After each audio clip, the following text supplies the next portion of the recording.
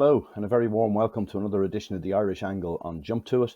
I'm joined as usual by Johnny Ward and Emma Nagle, and we're going to discuss some of the topics in racing at the moment. Hi, Johnny, Emma. Hope you had a good week. Hi, Vincent. Did indeed, Yeah, Vinny. good. How are you getting on? Yeah, I'm good, thanks. Yeah, sun is shining, can't complain.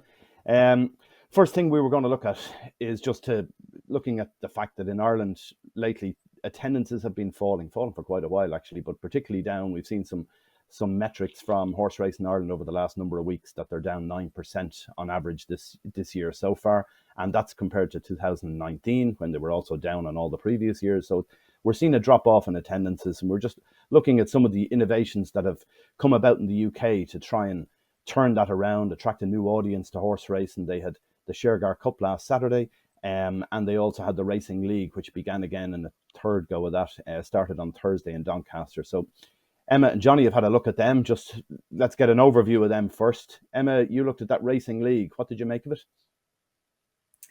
Yeah, so I think it's the second year of running it. I didn't watch it last year, to be honest. So I had a look at it. I flicked it on there on Thursday evening, and my initial reaction was it was just kind of hard to watch. As someone who didn't know the rules and things, so I don't think they're saying it's supposed to be attracting a wider audience to racing. But I mean, if you can't understand the rules easily first time watching it, I don't think that's working very well. But look, the positive of it, I suppose, there's massive prize money up for grabs for the owners and trainers, and I think there's a big prize for the top jockey at the end of the season of it. But at the same time, it doesn't really seem to be working that well because they failed to fill most of the races weren't even full. It's 50 grand up for grabs, but I suppose the owners mightn't love the idea because the horses aren't running in their colours. It all just seems a bit gimmicky. Maybe they don't want to be part of it. To be honest, I just don't really understand the whole concept behind it. They changed it last year. I think it was based upon sponsorship teams, but this year now they're kind of racing for different regions. Again, it's all a bit confusing. There was a jockeys draft, a bit of an NFL kind of element they brought into it. Didn't know anything about it, so you'd be kind of confused. Like there's an Irish team, and most of the jockeys are English. Most of the the horses I think that are running for them are English. Kevin Blake is managing it, which is probably the only really Irish element of it. Then, like, coming onto the manager part of it, again, makes no sense to me whatsoever. Don't know what they're actually doing. Kind of when you're watching it, coverage, whole kind of coverage seems to be built around the managers and the teams, so you don't really get to see much about the horses or the trainers, which again, like, was off-putting for anyone who follows racing. Yeah, so I don't know. It doesn't make much sense to me now. Maybe that's a bit of a negative view, but that kind of seems to be the overall reaction to it, from what I've seen online anyway. Yeah, I'm getting a bit confused by it too. The thing they, as I say, they initially, as you said, they had sponsors of the teams. Then they changed it. I think it was last year they changed it to having the regions within England and an Irish team. The Irish team is represented or supposed to be represented by 21 trainers. I think 6 of them are UK based and 15 are Irish. There's only 6 goes of this racing league, 6 nights of it over the summer months, and the first night we had 2 Jessica Harrington runners represented Ireland, the only 2 horses from Ireland that were over there. I've looked at this week, we've got Linkfield is on Thursday, and there appears to be just 1 Irish entry, which is a Jessica Harrington horse. We've got 14 other Irish trainers are supposed to be a part of this. And where are their horses? I don't know what that means. Do they get something out of this by just putting their name to being a part of it without ever having a runner? I'm not quite sure. I think it's the second year I've seen several of them: Michael Halford, Michael Grassick, Kieran Cotter, Ken Condon. There's a whole host of trainers here. And they've no runners in the thing, no entries at all. So I'm not quite sure what's going on there. As you say, it seems a hard one to work out how this will ever take off. Maybe it will, I don't know. But the one that has, to some extent at least, endured the test of time is the Shergar Cup. And Johnny, you had a look at that. That took place on Saturday at Ascot. I think that's like saying you and me have endured the test of time, Vinny. We're still here anyway, whether or not. Yeah, it's this is going since 1999, which actually was news to me, really, because it's something that has never really floated my boat. And this was sort of the brainchild of Peter Saville, who again has been involved, I think, all these years later. And terms of what seems to be a perennial struggle to kind of keep racing relevant, in the public sphere or whatever. But it was essentially brought in as a kind of racing's Ryder Cup, pretty much. I'm not into golf, but anyone who's not into golf will still realise that the Ryder Cup is absolutely massive. So the Shergar Cup was kind of brought in to, I suppose, challenge the normal manner of having a bet on a horse that you're involved in, or just having a bet on a horse you fancy. This is a means of getting, I guess, patriotic for one day of the year, and it's changed over time. They brought in an all-female team. I think that was around over 10 years ago. So that's changed now, and we've seen how Hayley Turner has done very, very well in it. So now that we have Great Britain and Ireland, the ladies team, the rest of the world, and Europe, but it's really remarkable. I did a bit of research in terms of talking to people that I know are mad into racing this morning. And I'll just start with the papers in the weekend. This is the Irish Times. This is the racing page in the Irish Times, and the only Irish Times racing story is O'Brien keen to add Phoenix Stakes Hall, and maybe there might be reference to other racing there, but that's what it is. And in the Sunday Times then yesterday, Little Big Bear makes his mark. No reference to the Shergar Cup there again, because it just doesn't really resonate. And you'd imagine that both papers would have reflect the fact that it is a GB and Ireland team. And these are the friends that I spoke to this morning. This is 1, 2, 3, 4, 5, 6, 7, 8 different people apart from me. Knew it was on, makes no difference to my interest level. That's one. Knew it was on, but totally ignored it. Something to be interested in when you're a 10-year-old, said another. Saw it on channel 415, asked immediately for it to be turned off. Knew it was on, yes. Interest, no. Same. Actually got more media coverage this year, and finally, same. So I spoke to one bookmaker this morning who'd be involved with on-track and off-track, said it's been a poor betting heat for a long time. In terms of TV figures, it didn't really do anything for the TV figures. I think what's a crucial aspect to it as well, lads, is that the Toad World pool wasn't there. And if you want something like this to take off, you really need like Asian interest. You need a Toad World pool that bets heavily into it. And I suppose finally, which gets back to your initial comments, Vinny, the crowd is essentially 30% down on 2019. So that's a pre-pandemic figure. It was less than half what the figure was some years ago. I think British racing is in an existential crisis. I really do, which is a worry for Ireland because we can't take things for granted. Spoke to one trainer this morning in Ireland who thinks that cost of training has gone up 20%. I actually thought it'd be higher, but 20% is a staggering figure, again, post-pandemic. So there are challenges for trainers. That has to be passed on to owners. And I think what's really interesting, well, we spoke to the Racing League there, and I am quoting Lee Mottestead here, who had an article in the Racing Post where he spoke about how he's a fan of the Racing League. But there were 6 handicaps run in Newmarket across Friday and Saturday. In Newmarket, they attracted fields of 4, 3, 3, 6, 6, and 4. Now, that is absolutely shockingly bad. Now, that's in the context of the Racing League and the Shergar Cup prize money being there, because the Shergar Cup is a handicap event. But, that's a real problem as well. Newmarket's not going to be happy with that. And right now, Vinny, I don't know where the Shergar Cup is going. It looks a complete gimmick to me. I think there's something behind it. But I think at this stage, after all these years, it's going nowhere. Yeah, I'd agree with you. There's a kernel of something in that, more so than the Racing League, certainly from my point of view anyway. I can see how this could work if it was structured properly, because as we talked about, people love to see the best in the world compete in whatever sport.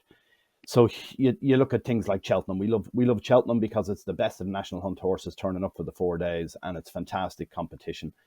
The same with your Breeders' Cup and lots of other events around the world in horse racing. But the one thing you can't guarantee all the time, particularly if you have a specific event on a specific day, is that all of the athletes, as in the horses, will turn up, but you can guarantee the jockeys. So I can see why you'd use the jockeys as a part of this. Probably the jockeys have been underutilized over the years anyway, because we talk about the longevity of horses, and that's why National Hunt, we say, is more popular than the flat, because the horses stay around for several years and become household names. But the jockeys are around for millennium, some of them. Like, how long has Frankie Dettori been riding, and some of the others as well? So, like, they're household names, a lot of these people, and certainly anyone who's even got a passing interest in horse racing would know the names of many, many jockeys. So you can see where that should be a starting point to say maybe you can do something with it. But I think they need to be the very best jockeys is the other thing. So like you look when that Shergar Cup was on Saturday, not to say that there weren't good jockeys in it. There obviously were some really talented people took part in it. But at the same time, you had the likes of Holly Doyle, who'd be a big draw. She was in the Curragh. You had Ryan Moore in the Curragh. You had our champion jockey, Colin Keane, in the Curragh.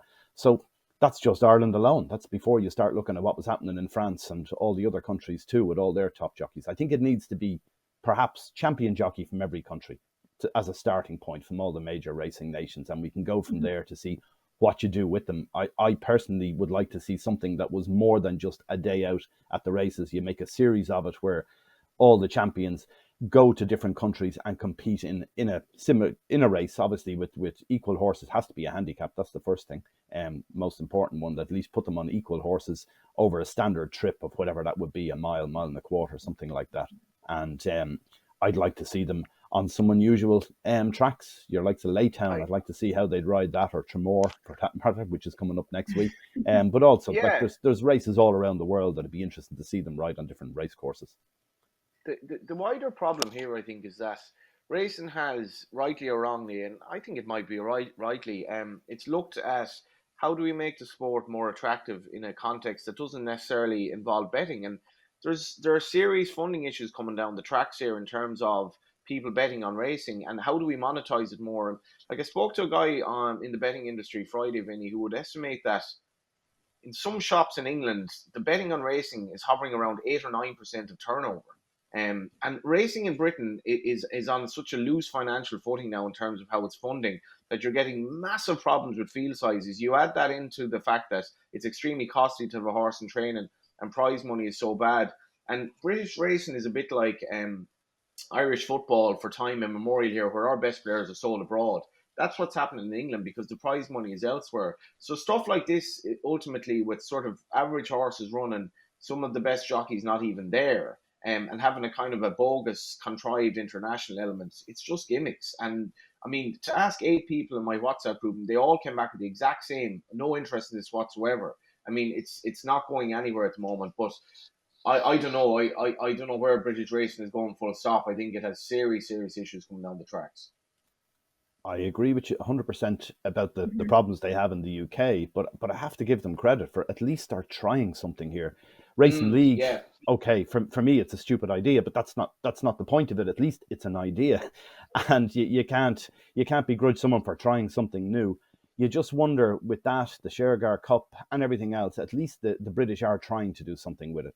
The Irish are doing nothing. We're just sitting on our hands here, and yet we've got very similar problems. We don't have the problems with the runners, the number of horses. Okay, we don't have that issue because I suppose our fixture list isn't as overcrowded as the UK one is for all sorts of reasons. But at the same time, we definitely have the problem with attendances, and more so maybe than the UK, because you do see some of those minor tracks in the UK can attract huge crowds on bank holidays and other meetings. But in Ireland, we're really struggling here. And some of those midweek fixtures are down to several hundred, if even that, at some of them. And will we get to the stage where it's dog racing in 5 years' time? You know? Yeah, like so. I've been to like I've been to like Aqueduct, which is one of the run-of-the-mill New York tracks on a Wednesday, sort of in November, and it's basically people who have the people who go to racing like that, apart from being on the holidays, are basically people who don't work, and it's a way for them to while the day away. Racing in Ireland, a midweek card in Ireland, Vinny, is like newspapers and mass. People die off and they're not replaced, and older people buy newspapers, they die off, and the numbers go down for people buying newspapers. Older people don't go to mass anymore; they're not replaced. It's the same at race meetings. Go to Thurles on a Thursday. It's an elderly kind of bunch of people who go there. And you mentioned Irish racing. Irish racing will have the prospect of a Sinn Féin government very soon that may have no interest really in pumping the money that's gone into racing at all. And we can't be complacent. I completely agree with you. Yeah, well, that's it. Like, I've always felt this. If horse racing is a sport, it's also an industry. And it must be how can you have an industry that can only survive on handouts? That doesn't make sense, ultimately. They need to, for me, you need to refigure it. I know going back previously when IrishRacing.com was part of the Irish Times, and within the Irish Times, they were looking at the fact that newspaper sales were down and all sorts of issues in media areas. So what they kept doing was they kept doing things like, everyone will have to take a wage cut because the revenues are down and this sort of stuff, and putting people on 4-day weeks and putting embargoes on recruitment. ultimately, I think that's it's a Death by never-ending a thousand spiral cuts. downwards all the time here. If something isn't viable, it's not viable. End of. Or you restructure it to make it viable, as you would with any other business or any other.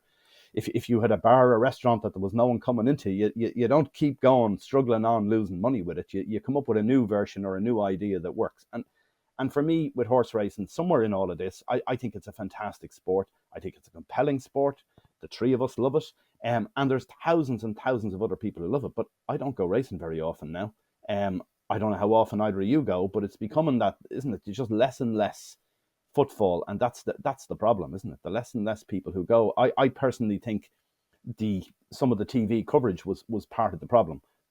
That you make it too easy for people to watch the racing, as in it's on TV all day at home. That was a part of it. That began the slide, in my opinion. But then you have it behind a paywall now, which makes it even more difficult for people who weren't going to go to actually watch it. But I don't know what the ultimate solution here is, but I think we really do need to look at it as an industry and try and find and shake down it and find a little something that might start to see some green shoots coming back. What do you think, Emma? You're younger than me, obviously by quite a distance. So, what are younger people thinking around racing? Is it something that you want to go to? Is that one of the, like, you wake up on a Monday morning thinking, what am I doing this weekend? You were saying to me you were in Killarney last weekend, you were on one of the Aran Islands the previous week. So why not racing? Yeah. What's the story? Why not go? Well, just to put it bluntly, it's an expensive day out for young people. Going racing isn't cheap when you go, especially to the bigger meetings. Maybe the smaller tracks are different, but you're paying 30, 40 euro to get in the door, 7 or 8 euro for a drink, 15 euro for food. It wouldn't be long adding up, and people, it's something you can do a couple of times a year, but it's not something you can do every weekend going racing with your friends. No, but like it's mad to see. If you look at Dingle at the weekend, the crowds they had down for the Dingle Derby, I'd say it was multiples of what was in the car on Saturday, which is just crazy. Like, because it's out in the field, in the middle of nowhere, and people are just flocking to it. So maybe they just need to strip it down to the basics again about racing. Because why do people go to Dingle at the weekend? Because there's some great stories. The young jockeys having a great time. People training the horses, it's very agricultural, and I think that's what people in Ireland love about racing, the kind of smaller stories. And the likes of the Racing League and the Shergar Cup, I don't think they'll ever appeal to anyone in Ireland. There's nothing really to it. It's all gimmicks. Maybe in England it might be a bit different. It's kind of about wider customer base, but in Ireland I don't think it's something that should be tried. It probably won't take off. I think it's just getting things back to the basics, like in Dingle, everything, just keeping it simple, people going having a good time, everything nice and cheap. Leave people in for free if they're going to have a small crowd. I don't see the point in charging people 20 euro to get in the door. No one's going to go. But no, like, it was actually funny. Johnny said that about one of his friends saying, the Sugar Cup, if you're 10 years old. That time I probably watched it when I was young. I used to love it when I was a teenager. I remember Emma Jane Wilson coming over from Canada, and I was very excited to see her. But yeah, since then, like, the interest would just wane. Like, but it's hard to know, like, going forward, how will they keep those things interesting. I was thinking with the Racing League, like, could they do more with the managers? Maybe if they wanted to persist with it, could you get the likes of Michael Owen? Michael Owen would have a massive draw outside of racing. You'd think people might actually want to see him managing a team. Well, managing is probably a loose word. I don't know, like, what are they really doing? Like, so you put him as a figurehead. Alex Ferguson. Imagine if Alex Ferguson was managing a Scottish team of horses. People might actually want to watch it then. Like, no one outside of racing wants to watch Matt Chapman. They don't know who he is. He's not drawing anyone to it. So I don't know. Maybe if they wanted to persist with it, they could do something along those lines. But it's not for me anyway. Yeah, I can't see where the manager role is coming from, Bar. As you say, maybe if you had an Alex Ferguson, maybe that would change the dynamic of it. But they've no actual role, because you've someone who's training the horse in the first place and someone else is riding the horse. So there's no space for something in between that. Yeah. But like, I when I was watching it on Thursday, I was gassed. I think every team has a Group 1 winning jockey. Spencer didn't even bother going last Thursday. I think he'd a better ride somewhere else. So if they can't even get their jockeys to commit to it, where's it going really, like? Yeah, and as you say, Dingle is another thing. Back to basics was the thing with Dingle, and that was certainly something that was a thriving weekend for them. I know that they were touch and go whether it would even be held with the problems they've had with insurance this year, but what a spectacle down there to see literally tens of thousands of people turning up in a field to watch kids ride Yeah. ponies. It's astonishing, Yeah, really, isn't it? Dingle itself is. I was in Dingle last weekend, and you can plenty of signs up for the Dingle Derby. And it's obviously very unique. And Dingle itself is thriving. There's probably pros and cons to this as well. If you're a local, all this influx of visitors. I mean, it's become a real tourist trap in the summer, but like it's thriving as a consequence, and people will come to racing. But like the most fascinating kind of comparison for me is that in Ireland now, you can go to the Curragh, an incredibly modern racetrack, and watch the best horses around run in the 2000 Guineas. But more people will go to watch Laytown than will watch the 2000 Guineas. That's where we're at with racing in this country. Yeah, it's beginning to look that way, and we're certainly that way with pony racing anyway. That's outstripping everything at the minute with their big weekend. What was interesting to see there was the kids coming through. We know that there's been some super riders have come through the pony racing circuit down the years. A lot of the current top crop are from there. Brown McMonigal, he was one of the main ones. He was champion there for a few years, and the champion down in Dingle over the weekend was Tubbs McNally, who's the son of Ronan McNally, the trainer. And we also had the Dingle Derby was won by Paddy Hanlon, Shark's son. And as Emma was saying to me, it was in the colours of Hewick as well that he rode to win the race, which is, look, it's fantastic for them having the kids coming through, and it's a great opportunity for them to hone their skills before they do get to the track. It'll be a few years before either of them get here. I think they're both very young, those kids. But you just wonder with it, is pony racing, how does that draw the crowd when a horse race meeting can't? Like, as you say, like these are kids riding small ponies around a field, and yet thousands of people turn up to watch it. Yet we can have the best thoroughbreds bred for generations in the greatest ways possible, with all the rest of it in Ballydoyle and everything else. Horses coming from overseas to the Curragh at the weekend in top class competition, and yet we can't get a crowd. It really is. It's something, I suppose, it'll tax the brains of better people than me now to work out how you solve that problem. But there's definitely something in all of this that we need to look at as attendances continue to fall. Anyway, we'll move on to better things and other things. Is the racing at the Curragh at the weekend. Little Big Bear. Did you watch that, Emma? Yeah, God, he was brilliant, wasn't he? I was unexpecting because the field was so strong. You had the Coventry winner, you had the July Stakes winner coming over from England. I mean, he was obviously very well fancied, but I don't think anyone expected him to go out and do that. God, it was actually even more impressive after you saw the interview afterwards. Aidan was he saying he was a bit ouchy or something like that? He kicked the wall in the stable before the Yeah. race, so he had to get his shoe taken off and put back on. So he said he was tender going into it, which makes it even more impressive, like, because a lot of horses, when they'd feel a bit of a tenderness, a bit of a pinch like that, they'd mind themselves during the race, and they wouldn't fully exert. So to see him go out and rip them apart like that when he was feeling a bit of a pain in his foot was just brilliant. Like, he's just shows how good his attitude was on top of his ability. So he's favourite now for the Guineas. 5-1, maybe a small bit of an overreaction to make him that short this time of the year, but it'll be interesting. It'll be interesting to see where he'll go next. I think they were talking about the Nunthorpe. You wouldn't think that would be the obvious route if he was going to be a Guineas horse. He'd probably go for the National Stakes, you think, in Yes. September. But if you look at the downside, like, he's by no name ever. There's always a question: will they try on? But look at the downside. There's plenty of stamina, plenty of longevity in the downside. So you'd be hopeful. You'd be hopeful for him going forward. And he's definitely a massively exciting horse for next year. Yeah, massively exciting. But one interesting thing there, that there's been a lot of social media coverage, particularly of a press morning that was held before the season started down in Ballydoyle, where one of the old veterans of the weigh room, Brendan O'Rourke, asked a question when Aidan had talked about Little Big Bear, talking about its breeding and what its name was and everything else, and saying, is this one we could have a fiver or a tenner on? And Aidan says, oh, you could do that. You could probably have a bit more on it. So people are saying, oh, Aidan knew from the start. Yet the horse got beaten first time out. So if you did, you lost your dough. It's amazing, isn't it? Even with the best horse and the best trainer and the best everything, they still get beaten first time out. It's hard to understand. Did you watch it, Johnny? Little Big Bear? Yeah. Like, obviously you've the winner of the Coventry, not running his race, falling out of the stalls, getting injured, and you had a couple of significant non-runners. But Shartash ran in the race, and who was obviously very good himself, Derby Day.